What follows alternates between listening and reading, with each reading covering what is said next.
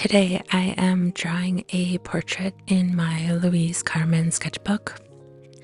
I don't draw in the sketchbook every day. I try to draw in it at least once a week, if not more. This is kind of the other sketchbook I'm working on aside from my daily sketchbook. And I am using a rainbow pencil. And if you've seen my other videos, this is the pencil I've been using for my daily drawings for the past 4 days. I decided to draw a portrait this time. I used this pencil maybe a couple weeks ago to draw a portrait, and I really liked how it turned out. So I am doing another one. And I don't know, I kind of struggle with it. It's really hard to draw with this pencil because you can't really control it as much as like a regular pencil with the color that comes out. And I really dislike when it turns on the yellow side because you can't really see it that well. So this is me just muddling through the process of drawing a profile view of a portrait using this pencil.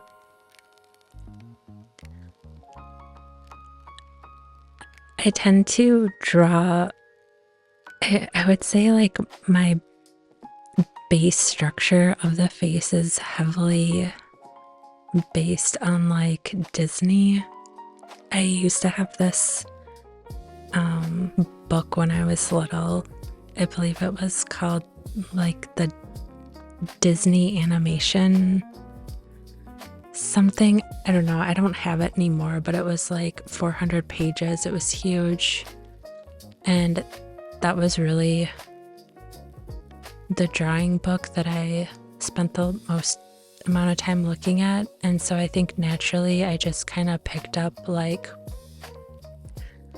how they draw like cartoon characters, and so that's kind of what I use as the base for almost all of my drawings. So for my portraits, I always start out with a circle, and then like everything is a circle at the starting point. Like the eyes are just a circle, the nose is typically a circle, the mouth area is a circle. So that's kind of why my portraits look the way they do. They're not really anatomically correct. They are more of like a, I don't know, a stylized version of a portrait. But I spend a lot of time in the beginning of when I'm drawing to try to get those proportions right for the general look and feel. So I start out drawing pretty lightly, and I just try to map out key pieces that I know that I want. So for the pieces that I know should stay and that are correct in my mind, I press a little bit harder to get that graphite visible.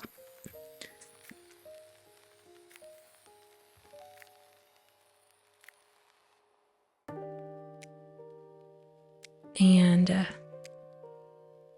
I don't know, I think as soon as I get the shape down really well, I feel like a bit more confident. Like I kind of do like the whole outer layer. So like if you think of the entire shape of this image just covered in solid black, like once I get that like outline nailed down and I'm happy with it, then I start to move inward on the drawing. Not sure if that's the best approach, but that's kind of what I try to do. I don't know, it's been working for me so far, but I'm sure there are different methods that would probably give me a more realistic look. But with all of my work, I'm not necessarily going for realistic. I kind of like a stylized look. So that's what I'm doing here. I'm having a very difficult time with this bun though. The colors are really throwing me off, and I kind of got frustrated and just moved on. I'm just trying to find like the key lines, like the direction of her hair essentially, and make those more visible.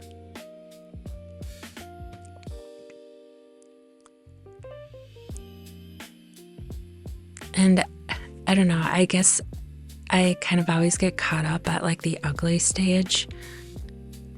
So that's kind of like halfway through the video for me, or like halfway through like my drawing, is I get to this really hard stage of like the ugly stage, and I just kind of struggle through it, and I just have to keep reminding myself that I just need to keep going because I want to give up and just like throw in the towel. And usually once I keep going and I get past that ugly stage, I end up decently happy with what I did. And unfortunately, I lost a lot of the video footage for getting through that ugly stage. I thought I hit record and I didn't. But like kind of right here is the ugly stage, and I'm trying to figure out how to get through it with the hair, because I'm not really liking how the hair is working. But eventually I just always get through it.